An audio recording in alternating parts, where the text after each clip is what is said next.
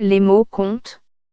Et la façon dont nous les utilisons dans les offres d'emploi peut définir si les gens se donnent la peine de postuler ou non. C'est un gros problème si vous êtes une entreprise qui essaie de recruter plus de femmes et de membres de minorités ethniques dans son effectif.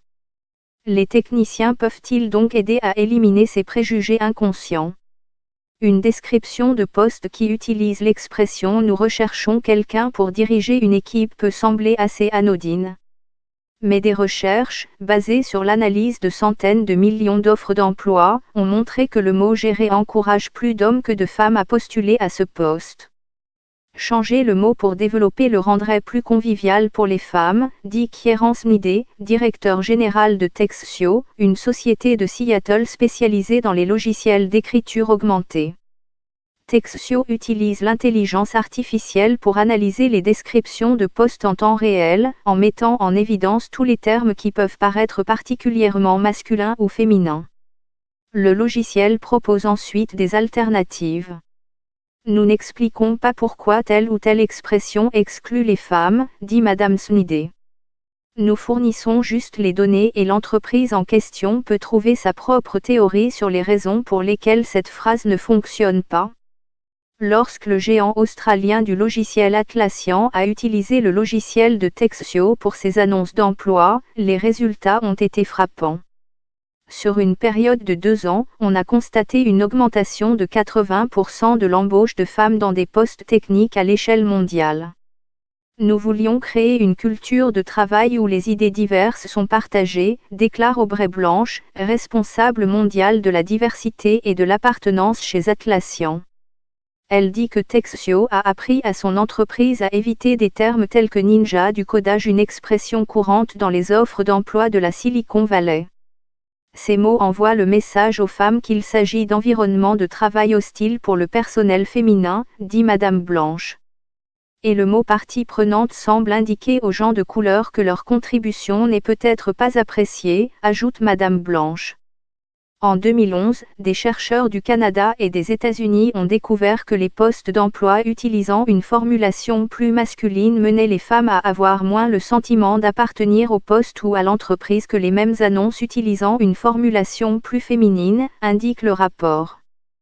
Les chercheurs ont également constaté que les préférences en matière de genre peuvent être transmises subtilement par des mots tels que compétitif ou leader, généralement associés aux stéréotypes masculins, alors que des mots tels que soutien et interpersonnel sont associés aux stéréotypes féminins. Sur la base de ce type de recherche, une autre société de technologie de recrutement, TAL Vista, évalue les descriptions de postes et met en évidence les termes décourageants en rouge et les termes invitants en vert, attribuant une note globale pouce en haut ou pouce en bas au texte. Par exemple, remplacer un mot comme construire par créer permet d'obtenir un meilleur score global, dit l'entreprise. La diversité et l'inclusion sont toujours essentielles à l'acquisition de talents, déclare Hélène Orley, directrice générale de TAL Vista. Mais lorsqu'un affichage de poste utilise des mots comme fort ou dynamique, de nombreux candidats sont repoussés, mais ils ne savent pas pourquoi, c'est dans leur parti pris inconscient, mais ils ne savent pas pourquoi. La firme Tech Applied offre également des conseils sur l'équilibre entre les sexes pour les offres d'emploi et un outil qui permet de noter l'âge global de lecture de l'annonce. Il est remarquable de voir le nombre de descriptions de postes rédigées avec la même densité et la même complexité qu'un article de la Harvard Law Review quand on n'a certainement pas besoin d'un doctorat pour faire le travail lui-même, dit Kate Glazebrook, directrice générale et cofondatrice de Applied. Applied compte parmi les clients le gouvernement britannique, Transport for London, les hôtels Hilton et Penguin Random House qui ont bénéficié d'un langage plus inclusif dans leurs offres d'emploi. L'analyse de Textio révèle que les annonces avec de longues sections détaillant les responsabilités du poste n'encouragent pas les femmes qui postuleront pour le poste. Tout cela est important parce qu'il a été démontré qu'une main-d'œuvre plus diversifiée favorise une plus grande variété d'idées et améliore la rentabilité d'une entreprise, selon une étude récente. Selon McKinsey et AMP Company, les entreprises dotées des équipes de direction les plus diversifiées sur le plan ethnique ont 33% plus de chances de surpasser leurs pairs. De plus, les entreprises dont les conseils d'administration sont les plus diversifiés sur le plan du genre sont 15% plus susceptibles de bénéficier d'une rentabilité supérieure à la moyenne que celles dont la composition est plus homogène, selon l'étude. Selon un rapport d'économistes américains, le fait de passer d'un bureau entièrement masculin ou féminin à un bureau divisé également selon le sexe pourrait faire augmenter les recettes d'environ 41%.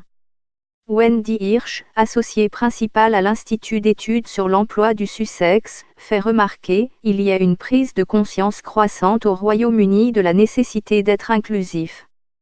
Les employeurs se rendent compte, avec la montée de la pénurie de main-d'œuvre qualifiée ici, que si vous diffusez une offre d'emploi à un seul groupe de candidats, vous risquez de passer à côté de certains travailleurs très talentueux.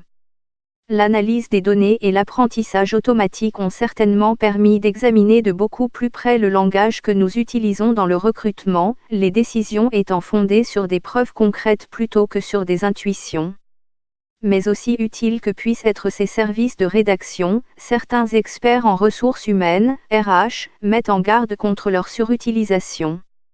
William Tincoup, conseiller technique en ressources humaines et président de l'agence de recrutement Recruiting Dailycom, affirme que la rédaction de ces offres d'emploi pourrait les diluer et les rendre si impersonnelles que personne ne se sentira émotionnellement attaché à elles.